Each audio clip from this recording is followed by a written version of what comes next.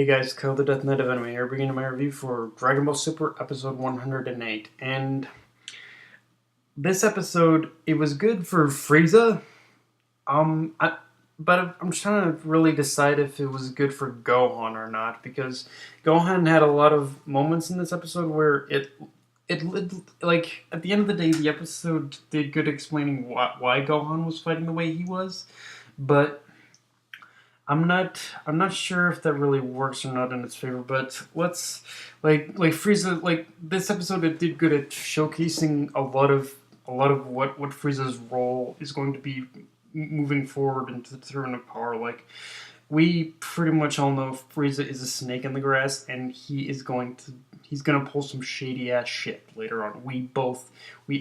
Everyone who's watching Dragon Ball Super knows all this shit. Like, Frieza, do not fucking trust Frieza. That's the tagline gonna be for pretty much this pretty much whole. It's gonna be the tagline for. That's gonna be the tagline for pretty much this review is that Frieza, you cannot trust the guy. He is a snake in the grass. And but let's kind of backtrack here a bit. I want to talk about Gohan here and his fights in this one. In the Gohan and in his first fight against Gohan and the Yard Rat, Jimizi, I think, is his name. Like, the fight with Gohan and the Yard Rat in this episode, and the Yard Rat who was Jimizi in this episode, to a certain degree, that fight, it made sense to a certain degree that Gohan would have a certain degree of trouble in a fight like that, seeing as a Yard Rat, Jimizi would know the best way to use his race's own technique to its fullest potential. And probably, like, considering his race was the one who invented it, they would know, like, all sorts of ways to use it in combat, especially maybe even more so than Goku, honestly, because, like, actually, looking back on Dragon Ball Z, the one thing I have noticed, and maybe this is just like a little artwork thing on Toei's part, but if you notice in this episode, Jimizi was actually teleporting at a faster pace than even Goku was. So really, it does make you wonder how big of a gap that there is between Goku's mastery of the technique and a Yard Rat's mastery of the technique. Like, it is one of those things where, like, we and the thing about is we actually know extremely little about how about the race of the Yard Rats. Like, all we know is that they invented the instant transmission technique, and that's it. We don't know much more about their fighting potential or abilities. So in this case, it was a good showcase of how powerful Yard Rat actually is, even if it was kind of a bit of a sour deal on Gohan's end. But yeah, and as far as Gohan's poor performance in this episode goes, they poor performance in this episode after the Yard Rat, after the fight with I think it was Jimizi again. After the fight with Jimizi, like, we learned that apparently Gohan's poor performance in this episode was all part of him playing along with a plan he went along with that was cooked up by Frieza to defeat Frost or something like that. And by the end of the episode, again, I need to stress this: Frieza is a fucking snake in the grass. By the end of the episode, after he defeated Frost, Frieza decided to back down, and he and Gohan decided to go their own separate ways. But like, we all know, even though he backed down, we can't trust Frieza farther than we can throw him. And I wouldn't be surprised if this was just a mere delay to what he's actually planning to do, or what Frieza's gonna do in this. What Frieza's gonna do when the time comes. Like, I'm pretty sure from what we've gotten in this episode, that there was a lot of setup there's a lot of setup and planning and a lot of foreshadowing as to what Frieza is planning. And to that end, like, at the end of the day, Universe 7 is gonna be screwed. And to that end, I have to say, Beerus, stop acting like a dumbass. You cannot let your guard down on Frieza for a moment. That was actually the one thing. That's the thing about this episode. Beerus was acting like a bigger dumbass than fucking. Than goddamn was acting like a dumbass we can pick apart and complain about Gohan's fighting performance in this episode all we want, but at the end of the day, Beerus was acting like the bigger dumbass here. Like he was going back and forth between we can't trust him and we can trust him now. Like no, Beerus, you cannot trust him. So stop. You cannot let your guard down around Frieza. He is planning to fucking kill you, and I really got to give props to Whis for figuring out the base parts of what we can assume is confirmed as Frieza's plan, but I get the feeling it's going to be a little more complicated than that. Like, Frieza, like, Frieza isn't the only one he's aiming. I don't think Beerus is the only one Frieza's aiming to kill in this. When everything is said and done, I don't think Beerus is the only one Frieza's planning to kill. I think if Frieza were to get his way and he got his wish, I'm pretty sure he would probably wish to kill everyone. He's gonna kill all the gods, all the angels, and even the Zeno. And the basic reason for that is that I believe he just wants to do it in order to be presented himself as the one true supreme being of the universe. Like at the end of the day, Frieza as a character, he's always been a very shallow human being. Human being. What am I talking about?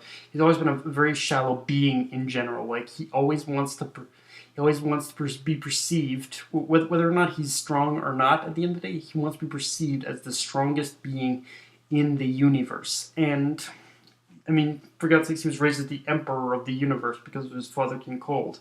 And Frieza's mindset is that he does want to be fucking strong. He wants to be perceived as strong. He wants to be strong, and people like the gods of destruction, the angels, and Zeno are all in his way of being perceived as the strongest beings.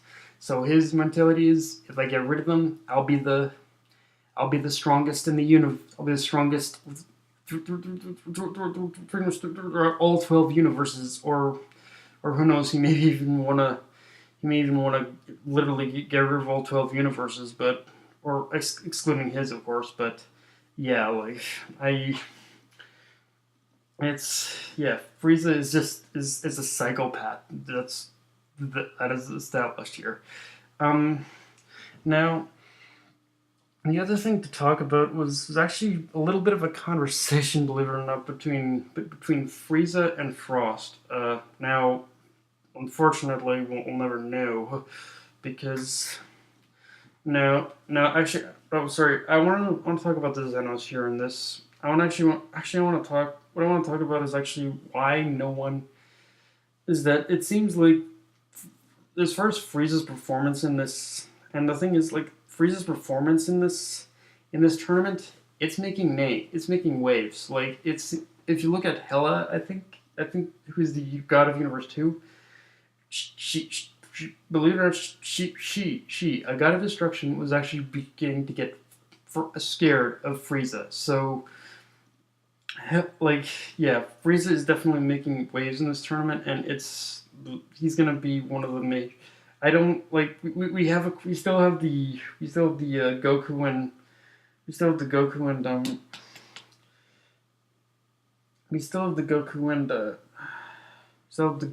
and Jiren fight to go, but honestly, like the way that they're building up, the way they built up Frieza in this episode, I genuinely believe that Frieza is probably going to be actually the main antagonist of this arc when you really get down to it. Like Jiren, I think he's going to be like I think he's basically being to be used as a secondary antagonist. Well, Frieza is going to be the main guy to really worry about at the end of the day here, and I think it's once Jiren is defeated, I think it's going to be a big battle between maybe Goku and Frieza. Who knows? Again, but I guess it would. I mean, I guess although maybe it would make a little more sense for the Jiren and Goku fight to be the to be the final fight. So maybe something will. I assume something is going to happen to eliminate Frieza early and crush his ambitions. But yeah. Now, one last thing I want to talk about is is like just the mentality of like of the Zenos and the Grand Priest here. Like we don't lately these guys have been kind of just in the background, not really doing much. But to me, I really genuinely wanted to know. I really genuinely curious why the Grand Priest or the Zenos weren't fucking doing anything in this episode.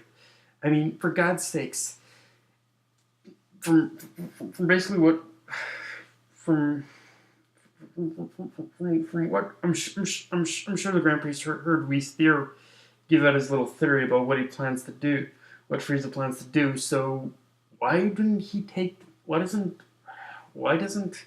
the Grand Priest try and take those words as grandeur and actually eliminate Frieza? It would it would save a whole lot of fucking trouble, right? Save a whole lot of trouble down the road. But then again, I guess that would, I guess that would, I guess that would completely. I guess it's one of those things where it's a plot armor deal or something like that. But overall, guys, like I said, this episode, it was just like I know it sounds like I'm complaining a lot, but honestly, this episode was actually really freaking amazing in context of just like of us getting to know what Frieza's honestly really planning and to see where it's gonna go from here. Like I said, I think at the end of the day, Frieza is planning to eliminate everyone. He's planning to eliminate everyone who stands in his way of becoming the supreme being of all 12 universes. And he's probably just going to eliminate all 12 gods, the Zenos, and he's probably planning to eliminate all 12 gods, the Zenos, and Supreme, and the Grand Priest. Yeah. So yeah, and to that end, I actually wonder if all these universes that are getting eliminated are actually being erased, because if that is Frieza's plan, I wonder if it's going to be like all 12 universes are going to gang up and destroy and take Frieza out or something like that. But yeah, I'm talking way too much now. But yeah, guys, just go ahead and tell me what you thought about this episode. Uh, Tell me what you thought about this episode. I really liked it in terms of the context of who Frieza is as a character. And yeah, if you enjoyed the video, like, comment, subscribe, or follow me on Twitter and Facebook. Death Knight of Anime, signing off. Later, guys.